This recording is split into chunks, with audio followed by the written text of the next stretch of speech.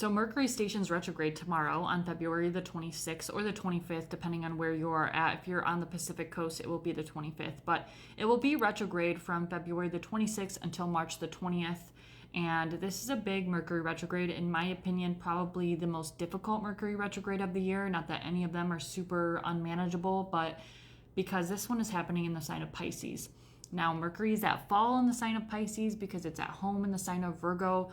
But if we just think about what Mercury energy is very factual. It's very much about, logic and information communication. It's very detail oriented. In the sign of Pisces, what is Pisces?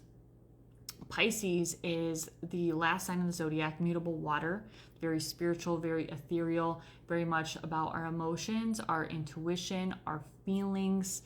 It's about oneness, unity, boundlessness. So as you can see, these are energies that don't necessarily mesh very well. Now, when any planet turns retrograde, this turns the energy inward. It becomes very reflective, and I think reflection is a very big key word for this retrograde, particularly because it's in Pisces.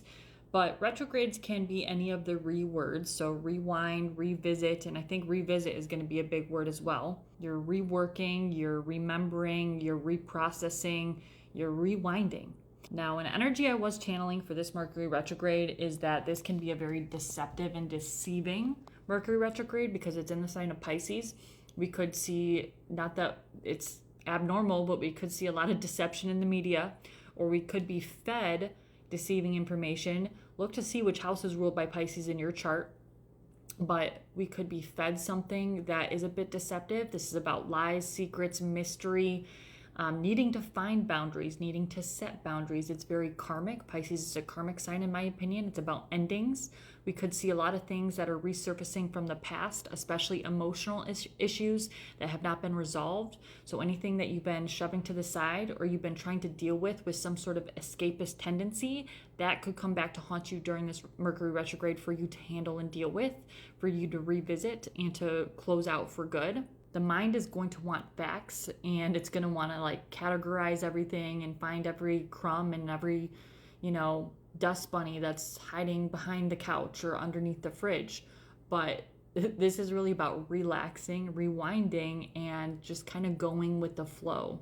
I was also channeling this energy of spiritual psychosis, so it's really important that we ground our energy. There's a lot of confusing energy. There's a lot of vampiric energy for some reason. I was picking that up.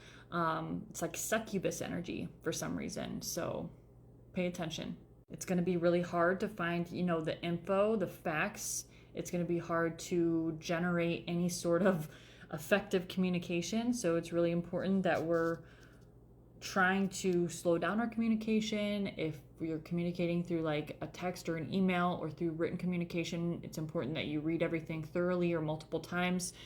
Double check things before you send them. Make sure they're coming across the right way, because this is where misunderstandings can happen. Mercury is very weak in the sign of Pisces, so things get very foggy and Neptunian ground, and certainly an energy of dreams can be prevalent. So write down your dreams if you have time to in the morning. Your dreams could be sending you messages.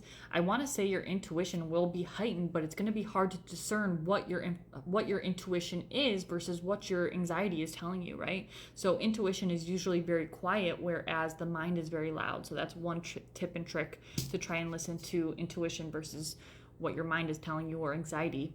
But it's going to be hard because your mind is going to be telling you one thing where your body or your feelings or your emotions could be telling you another.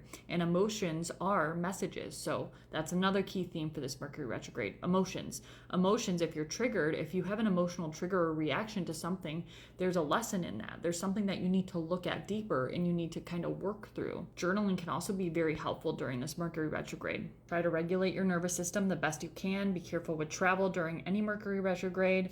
Of course, any major contracts, commitments, those types of things. It's especially true for this one because we're in between eclipses right now. But it's nothing to be scared about. There could be some old lingering grief that we're revisiting or that's being brought up emotionally, or you're being triggered to remember something from the past. It doesn't always necessarily have to be an ex coming back, although that is a possibility. But there's some emotional trigger that you're being triggered to relook at and to kind of realign your perception to something, whether that's, the world at large or something more internal. It's definitely going to depend on your personal chart. But yeah, happy Mercury retrograde, guys. Tarot readings are now open at the link in my bio, so you guys can check those out. For astrology readings, just shoot me a DM or an email and we can arrange something.